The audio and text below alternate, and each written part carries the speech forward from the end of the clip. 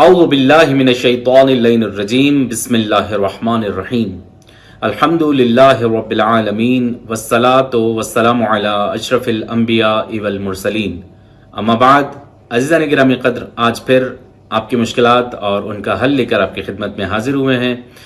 آج جس مشکل پر گفتگو کریں گے وہ مشکل اس معاشرے میں، آج کل کے معاشرے میں، آج کل کی سوسائٹی میں تھوڑی بڑھتی چلی جا رہی ہے، اور دنیا بھر سے ہمیں فون آتے ہیں، ہمارے دوست احباب جو ان مشکلات کا شکار ہیں وہ ہم سے سوال کرتے ہیں۔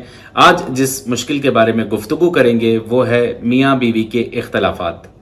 عزیزان گرامی قدر، آج گھر گھر میں لڑائی جھگڑے، میاں بیوی کے اختلاف کی وجہ سے پورا گھر، پوری فیملی خراب ہو جاتی ہے۔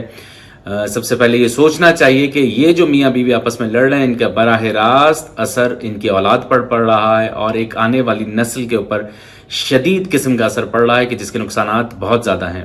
اس سے پہلے کہ میں حل بتاؤں، ایک گزارش کروں گا کہ کوشش کیجئے کہ ایک دوسرے کے ساتھ ذہنی ہم آہنگی پیدا کیجئے۔ اگر کسی بات میں کوئی اختلاف ہے یا کوئی سطحی اختلاف ہے، کبھی کبھار گھر میں ذہن نہیں مل رہے ہوتے ہیں، کبھی کسی کو پیسے نہیں مل رہے ہوتے ہیں، کبھی کسی کا مزاج نہیں مل رہا ہوتا ہے، بہت سی باتیں ہوتی ہیں، لیکن برداشت تمام تر امور کو حل کر دیتی ہے۔ صرف اپنے اندر برداشت پیدا کیجئے، لیکن اس کے باوجود بھی آپ یہ سمجھتے ہیں کہ اختلافات اپنی جگہ موجود ہیں، تو پھر اس کے لیے ایسا نہیں ہے کہ حل موجود نہیں ہے، روایات میں موجود ہیں۔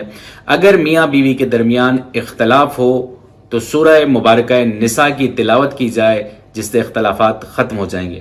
اسی طرح روایات میں موجود ہے کہ اگر میاں بیوی کے درمیان اختلاف ہو، ناچاکی ہو، تو 5 بار سورہ جمعہ کی تلاوت کی جائے، اختلافات ختم ہو جائیں گے۔ ایک اور روایت میں ملتا ہے کہ اگر میاں بیوی کے درمیان اختلاف ہو تو 1000 بار الودودو کا ورد کیا جائے منقع کے اوپر، اور وہ منقع میاں بیوی دونوں کھائیں تو ان کا اختلاف ختم ہو جائے گا۔